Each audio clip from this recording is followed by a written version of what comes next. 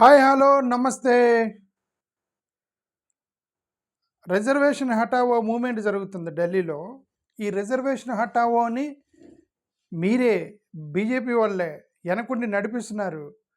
Reservations ఎత్తేయడానికని India black వాళ్ళు argument చేస్తుంటే ఈరోజు బీజేపీ వాళ్ళు రెస్పాండ్ అయ్యారు. ఏమని? ఎవరిని రిజర్వేషన్ హటావో మూవ్‌మెంట్ నడిపిస్తుంది ఇండియా బ్లాక్ వాళ్ళు, మేం కాదు, ఇండియా బ్లాక్ వాళ్ళు నడిపిస్తున్నారు. మా హిందువుల్ని డివైడ్ చేయడానికి అని కొత్త వర్షన్ పట్టుకొచ్చేసారు బీజేపీ వాళ్ళు. ఇప్పుడు రిజర్వేషన్ హటావో దానికి సంబంధించి అక్కడ ఒక ఉద్యమం నడుస్తుంది. కాక్రోచ్ జనతా పార్టీ లాగా ఉద్యమం నడుస్తుంది. దాని వెనక ఎవరున్నారు? ఇండియా బ్లాకా లేకపోతే అంటే ఎన్డీఏ వాళ్ళు ఉన్నారా?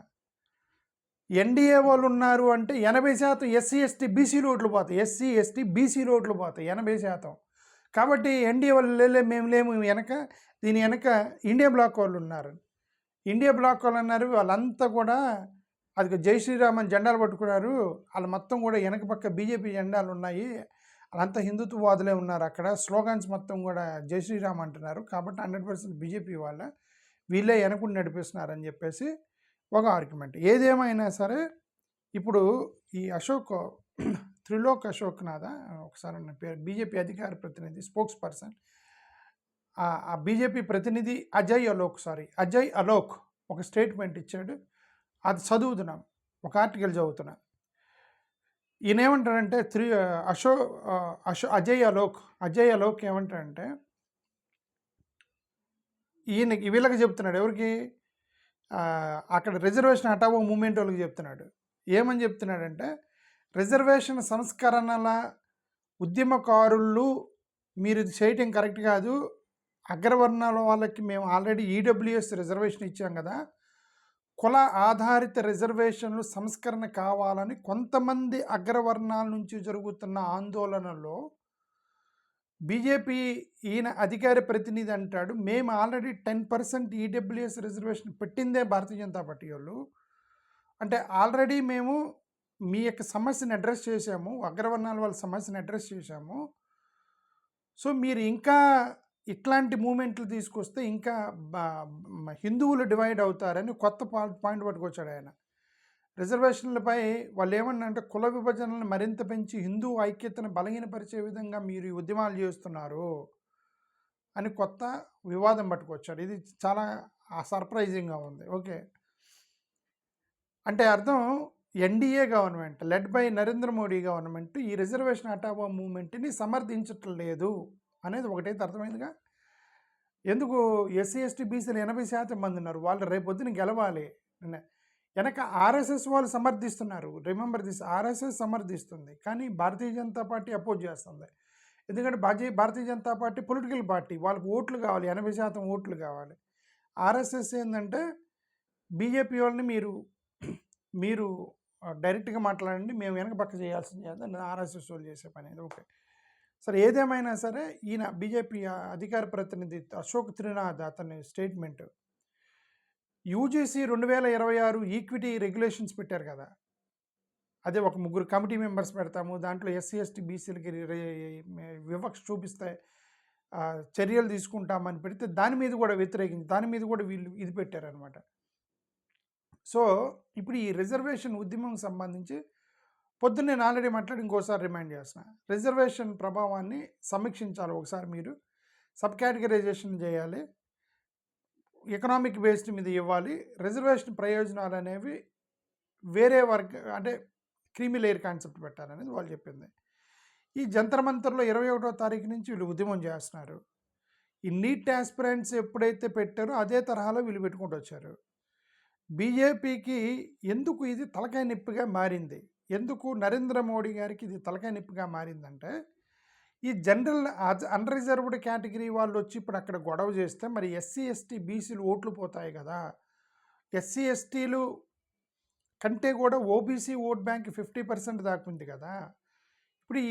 ఇప్పుడు ఈ సబ్జెక్ట్ పట్టుకుంటే అనవసరంగా ఎన్డీఏకి తలకాయ నొప్పి, బీసీల యొక్క రిజర్వేషన్ తలకాయ నొప్పి అని ఆయన వాళ్ళు ఒక దానికి వచ్చారు. ఒక చిరాగ్ పాస్వాన్ ఈ స్ట్రాటజీలోనే, బీజేపీ వాళ్ళు చెప్పిన స్ట్రాటజీలోనే ఈ చిరాగ్ పాస్వాను, రామ్దాస్ అథవాలే వీళ్ళందరూ ఉంటారు కదా, వీళ్ళందరూ యాక్చువల్గా ఎన్డీఏలో భాగస్తులు. వీళ్ళంతా ఎన్డీఏలో భాగస్తులు. ఇప్పుడు చంద్రబాబు నాయుడు గారు కూడా అంటారు ఎన్డీఏలో భాగస్తులు. పవన్ కళ్యాణ్ కూడా అంటాడు ఏమని, ఇప్పుడు ఇదిగో బీసీలకి రిజర్వేషన్స్ మేము ఇస్తాము, అగ్రవర్ణంలో మీరు గొడవ చేయకాకంటే చంద్రబాబు నాయుడు గారు అంటారు. ఏనంటారు, ఎందుకు బీజేపీ స్టాండ్ తీసుకుంది కదా. ఒకసారి బీజేపీ స్టాండ్ తీసుకుంటే దాన్ని వీళ్ళందరూ కాపీ కొడతారు. వెనక టీడీపీ, జనసేన, ఈ రామ్దాస్ అథవాలే, చిరాగ్ పాస్వాన్, ఈ దళిత నాయకులు కొంతమంది ఉన్నారు. ఈ చిరాగ్ పాస్వాన్, రామ్దాస్ అథవాలే వీళ్ళందరూ కూడా ఎన్డీఏలో భాగస్తులు. ఏమంటే మీరు ఎన్డీఏలోకి వెళ్ళి వాళ్ళ పార్టీని నిలబెట్టి మళ్ళీ మేము పెద్ద ఉద్యమకారుల్లాగా మాట్లాడతారు. మళ్ళీ ఈ రామ్దాస్ అథవాలే ప్లస్ చిరాగ్ పాస్వాన్ లాంటి వాళ్ళు, they are part and parcel of NDA. మరి ప్రైవేటైజేషన్ చేస్తున్న ఎందుకు ప్రైవేటైజేషన్ చేస్తుంటే, ప్రభుత్వ సంస్థలన్నీ ప్రైవేటైజ్ అవుతుంటే రిజర్వేషన్ ఉండదని ఎందుకు మాట్లాడలా? ప్రైవేట్ ఇండస్ట్రీలో కూడా మీరు రిజర్వేషన్ పెట్టాలని వీళ్ళు ఎందుకు మాట్లాడరు? ఈ దళిత నాయకులు, చిరాగ్ పాస్వాన్, రామ్దాస్ అథవాలే వీళ్ళు ఎవరు మాట్లాడరు? వీళ్ళందరూ కూడా కుమక్ అయిపోయారు వీళ్ళు అంటానికి ఎంతకైనా నిదర్శనం లేదు. ఓకే, కేంద్ర మంత్రి అయిన లోక్ జనశక్తి పార్టీ రామ్విలాస్ పాస్వాన్, ఇంకా బీజేపీలో ఎలియన్స్, ఈ రామ్దాస్ అథవాలే ఇతను కూడా బీజేపీలో ఎలియన్స్, సమాజ్వాదీ పార్టీ అఖిలేష్ యాదవ్ కూడా రిజర్వేషన్. ఈయన అఖిలేష్ యాదవ్ ఏమన్నాడు, రిజర్వేషన్ అనేది ఉంటుంది, ఉండి తీరుతుంది, ఏం చేస్తారో చేసుకోండి అన్నాడు అఖిలేష్ యాదవ్. ఎందుకు బీసీలు ఓట్లు వీళ్ళకి అందరికీ రాజకీయ నాయకులు ఇప్పటికే రిజర్వేషన్ టచ్ అయ్యారు. ఓకే, ఓట్లు పోతాయి వాళ్ళకి. బీసీలు, ఎస్సీ ఎస్టీలన్నా భయం లేదు వాళ్ళకి. బీసీలు బాగా ఎడ్యుకేట్ అయ్యి ఉన్నారు, దెబ్బకొట్టేద్దని చూస్తున్నారు వాళ్ళే. కాబట్టి ఇప్పుడు ఈ 2027లో ఉత్తరప్రదేశ్లో ఎన్నికలు రాబోతుంటే ఈ టైంలో వాళ్ళు మేము అక్కడ కూర్చొని రిజర్వేషన్స్ ఎత్తేయండి అని ఉద్యమాలు చేస్తుంటే దీన్ని ఇండియా బ్లాక్ వాళ్ళు ట్రిగర్ చేస్తున్నారు. అది అక్కడ వాళ్ళు ఉద్యమం చేస్తున్నారు, వీళ్ళే బీజేపీ వాళ్ళు చేస్తున్నారు, మీ రిజర్వేషన్స్ ఎత్తేస్తారని ఉత్తరప్రదేశ్లో రెచ్చగొడుతున్నారు. అది అఖిలేష్ యాదవ్ చెప్పాడు, రిజర్వేషన్స్ ఉండి తీరుతుంది, ఏం చేస్తారు అని అఖిలేష్ యాదవ్ అన్నాడు. ఎలక్షన్ దగ్గరకు వస్తుంది కదా. సో ఈ బ్రజేష్ పాఠక్, ఈయన ఉత్తరప్రదేశ్ డిప్యూటీ సీఎం బ్రజేష్ పాఠక్, హర్ష దూబే, ఈయన వెళ్ళి అక్కడ వాళ్ళని కలిశాడు. రిజర్వేషన్ హటావో వాళ్ళని కలిసి 48 గంటలు మాట్లాడి వాళ్ళతో, ఇదంతా కాదు భయ్, మేము ఆల్రెడీ ఈడబ్ల్యూఎస్ రిజర్వేషన్ ఇచ్చాము, దెబ్బ కొట్టేటట్టుకుంది, ఉత్తరప్రదేశ్ ఎన్నికలు ఉన్నాయి, మీరు ఇంటికి వెళ్ళిపోండి అని చెప్తున్నారు వాళ్ళకి.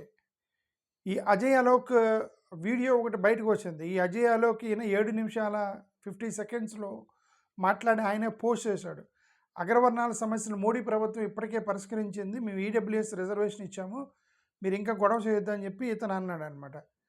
ఈ అజయ్ అలోక్ ఇతను ఆర్గ్యుమెంట్ ఏంటంటే, మోడీజీ ప్రతి వర్గాన్ని పట్టించుకుంటాడు, అందుకే ఆర్థికంగా బలహీనపడ్డ వాళ్ళని 10% ఈడబ్ల్యూఎస్ రిజర్వేషన్ ఇచ్చాం కదా, ఇక మళ్ళీ ఎస్సీ ఎస్టీ బీసీలకు ఇచ్చిన రిజర్వేషన్ గురించి మీరు ఎందుకు గొడవ చేస్తున్నారని ఇతను అన్నాడు.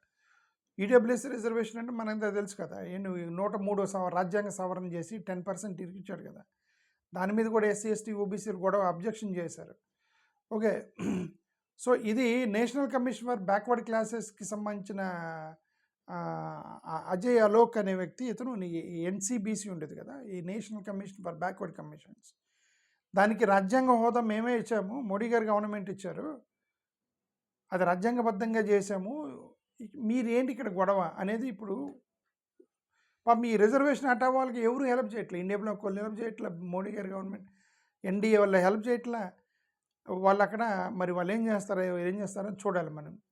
రోహిణి కమిషన్ అనే దాని గురించి కూడా మాట్లాడాడు అతను, ఇద్దరు అజయ్ అలోక్ అని అతను. రోహిణి కమిషన్ ఏం చెప్పింది, రిజర్వేషన్ ప్రయోజనాలు సరిగా అందరికీ అందే విధంగా వెనుకబడిన సమస్యలను పరిష్కరించాలని కమిషన్ చెప్పింది. అందుకని ఈ creamy layer concept, Rohini commission మీద క్రీమీ లేయర్ కాన్సెప్ట్ చర్చ వచ్చింది ఎస్సీ ఎస్టీల్లో. ఇప్పుడు ఈ యూజీసీ విధానం, యూజీసీ యొక్క గైడ్లైన్స్ ఉంది కదా, దాన్ని ఒక కాన్స్పిరసీగా చెప్తున్నాడు ఇతని అజయ్ అలోక్ అనే వ్యక్తి. ఎందుకు ఇది యూజీసీ అనేది కాన్స్పిరసీ, ఎందుకు మరి దాని గురించి ఏమన్నా వాళ్ళే కదా వేసింది, యూజీసీ నామ్స్ వేసింది వాళ్ళే. వాళ్ళు అల్టిమేట్గా ఏమన్నారంటే, మీ అన్ని గొడవలు తీసుకొస్తే హిందువులు డివైడ్ అయిపోతారు, బీసీలు తిరగబడతారు, ఎస్సీలు ఎస్టీలు తిరగబడతారు, వీళ్ళందరూ కూడా ప్రస్తుతానికి ఈ రిజర్వేషన్ టచ్ చేయకపోతే ప్రస్తుతానికి హిందుత్వం అనే దాని మీద మన కంట్రోల్లో ఉన్నారు వీళ్ళంతా, ఎస్సీ ఎస్టీ బీసీలు మన అగ్రవర్ణాల కంట్రోల్లో ఉన్నారు, ఇప్పుడు మీరు వచ్చి ఈ రిజర్వేషన్ హటావు అంటే వాళ్ళు మొత్తం విడిపోతారు స్వామి, హిందువులు విడిపోతారని ఆ కాన్సెప్ట్ మీద మాట్లాడుతున్నారని నాకు ఒకటైతే అర్థమైంది. ఇతని అజయ్యలో ఆర్టికల్ చదివిన తర్వాత. ఓకే, రిజర్వేషన్ తమ జీవితాన్ని ప్రభావితం చేస్తుందని భావిస్తున్న అగ్రవర్ణాలు ఓకే హక్కు ఇచ్చాం కదా. ట్రిపుల్ తలాక్ ఒక ఉదాహరణ ఇచ్చాడు. ఏంటి అంత ఇతనేంటి ముస్లిం మహిళలకు సంబంధించిన ట్రిపుల్ తలాకు, నికా హలాలా వంటి అంశాలపై మాట్లాడారు. వ్యక్తిగత సమాజానికి సంబంధించిన కావు కదా. మీరు రిజర్వేషన్ గురించి అగ్రవర్ణ ప్రజలు ఎందుకు మాట్లాడకూడదంటే, ఒక అంశం మీ కమ్యూనిటీకి మాత్రమే సంబంధించి చెప్పి మీరు మాట్లాడగలిగితే రిజర్వేషన్ ప్రభావితం అవుతున్న జనరల్ కేటగిరీ ప్రజలు కూడా మాట్లాడే హక్కు కలిగి ఉండాలని వారు ఆదేశించారు. ఎంతో సంగతి. ఓకే, నేహాదాస్ అనే ఒక అమ్మాయి అక్కడ, ఈ నేహాదాస్ ఈ జనరల్ కేటగిరీ కార్యకర్త అనమాట. అక్కడ ఇప్పుడు రిజర్వేషన్ హఠావో సంబంధించి ఆమె ప్రశ్నించింది, ఎస్సీ ఎస్టీలో క్రీమీ లేయర్ గురించి మీరు పెట్టండి. ఏమన్నా ఎస్సీ ఎస్టీలో క్రీమీ లేయర్ ఉండాలా లేదు, ఎస్సీ ఎస్టీలు చూసుకుంటారు, మీకేంది బాధ? ఎస్సీ ఎస్టీలో న్యాయం జరుగుతుందా అన్యాయం జరుగుతుందా అనేది ఎస్సీ ఎస్టీలు చూసుకుంటారు, మీ బాధ ఏంటి? నాకు అర్థం కాల. ఓకే, ఎస్సీ ఎస్టీలు క్రీమీ లేయర్ ఉండాలా లేదా అనేది ఎస్సీ ఎస్టీలో ఇప్పుడు ఈ మాదిగలు కనుక వచ్చి మాలల వల్ల మాకు ఉద్యోగాలు పోతున్నాయని చెప్పి వీళ్ళు గొడవ చేయటం వల్ల అది ఒక చర్చగా దారితీసింది కదా.